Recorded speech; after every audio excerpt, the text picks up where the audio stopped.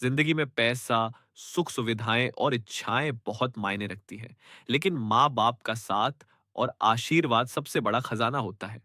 कभी कभी हालात और परिवार की बातें हमें इस खजाने से दूर कर देती हैं।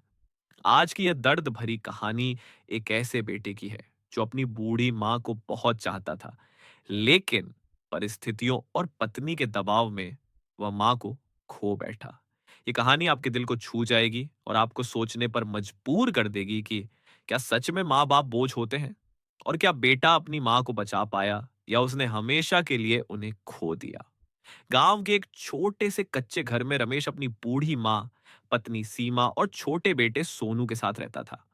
घर की हालत ऐसी थी कि छत से बरसात में पानी टपकता और दीवारों की मिट्टी झरझर गिरती रहती। रमेश दिन रात मेहनत करता, खेत में काम, कभी मजदूरी, तो कभी कस्बे में रिक्शा चलाता। लेकिन जितनी कमाई होती वह दाल चावल और बेटे की पढ़ाई पर ही खत्म हो जाती। माँ के लिए दवाइयां लाना रमेश के लिए रोज की चिंता थी। रमेश की माँ सावित्री बहुत बूढ़ी हो चुकी थी। घुटनों में दर्द, आंखों की रोशनी कम और सांस फूलने की समस्या से वह जूझ रही थी। फिर भी वह रोज सुबह सबसे पहले उठती, चूल्हा जलाती और घर के लिए रोटियां सेकती। माँ हमेशा बेटे से कहती, बेटा मेरे लिए दवाई की चिंता मत कर, तुम सोनू की पढ़ाई पर ध्यान दो। बुढ़ापे में इतना जी भी लूंगी तो क्या होगा।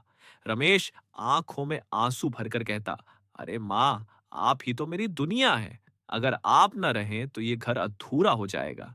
लेकिन ये बात सीमा को अच्छी नहीं लगती। सीमा अक्सर कहती, सारा पैसा तुम्हारी माँ पर ही खर्च हो जाता है। कभी अपने भविष्य के बारे में सोचा है? बच्चे को अच्छा स्कूल भेजना है, घर सुधारना है। अगर तुम्हारी माँ मंदिर या किसी रिश्तेदार के पास चली जाए तो हमारा जीवन आसान हो जाएगा। रमेश सुनकर चुप हो जाता। उसका दिल माँ और पत्नी के बीच बंटने लगता। माँ सब समझती थी। एक दिन अकेले में बोली, बेटा, बहू की गलती नहीं, जवान है, उसे अच्छे जीवन की चाह है। मैं चाहूं तो मंदिर में रह लूंगी, वहां भिक्षा मिल जाएगी, पर तुझे बोझ नहीं बनूंगी। ये सुनकर रमेश का दिल कांप गया। उसने माँ के पैर पकड़ लिए और कहा, ऐसी बात कभी मत करना माँ, आप जाएंगी तो मेरी सांसें थम जाएंगी।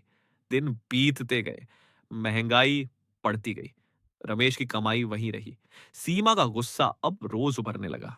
एक दिन जब रमेश खेत से लौट रहा था तो उसने सुना सीमा मां पर चिल्ला रही थी, हर वक्त खांसती रहती हो, दवा चाहिए, डॉक्टर चाहिए, हम क्या बस तुम्हारे लिए कमाएं, अब हम भी इंसान हैं, हमें भी जीना है। मां चुपचाप आंसू बहा रही थी। जब रमेश ने यह सुना तो उसके भीतर आग जल उठी, लेकिन पत्नी से कुछ कह ना पाया। बस मां के पास बैठकर बोला, मां, आपको दुख पहुंचा तो मेरी गलती है, मैं सब संभाल लूंगा। मां ने उसके सिर पर हाथ फेरते हुए कहा, बेटा, तू चिंता मत कर, तूने अपना फर्ज निभाया है। कुछ महीनों बाद घर का खर्च इतना बढ़ा कि सीमा ने साफ कह दिया, या तो मैं रहूंगी या तुम्हारी मां, दो दो बोझ मैं नहीं उठा सकती।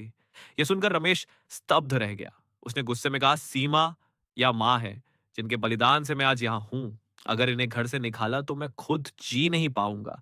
लेकिन सीमा ने जोर देकर कहा, ठीक है तो मैं ही चली जाती हूँ। बात गांव तक पहुंच गई। लोग तरह तरह की बातें करने लगे। रमेश भीतर से टूट रहा था। मां ने यह सब देखा। एक रात उसने बेटे को पास बुलाया और कहा, बेटा, मैं बोझ हूं, बहू को रोकना मत, मैं खुद चली जाऊंगी, मंदिर में रह लूंगी, वहां मुझे शांति मिलेगी। रमेश रो पड़ा, नहीं मां, आप ऐसा मत कहो, मैं बिना आपके अधूरा हूं।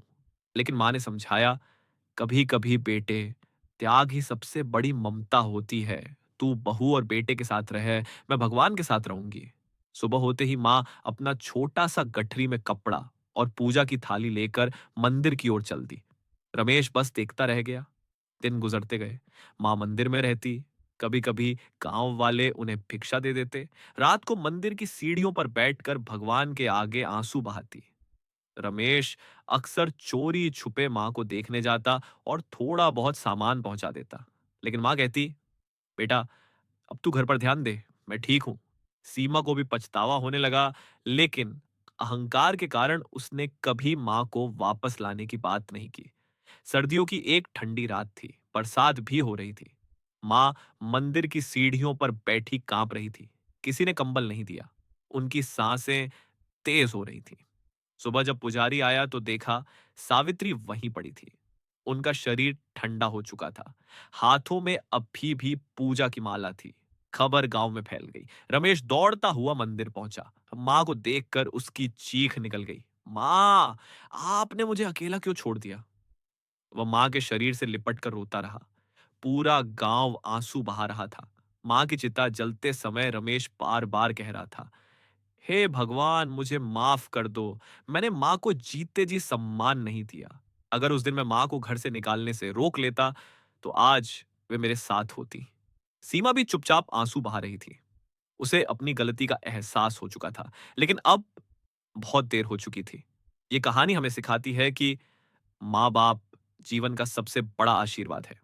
उन्हें बोझ समझने वाला कभी सुखी नहीं हो सकता। धन और सुख सुविधाएं माँ बाप की ममता के आगे तुच्छ है। समय रहते माँ बाप का सम्मान करना चाहिए, वरना पछतावे के सिवा कुछ नहीं बचेगा।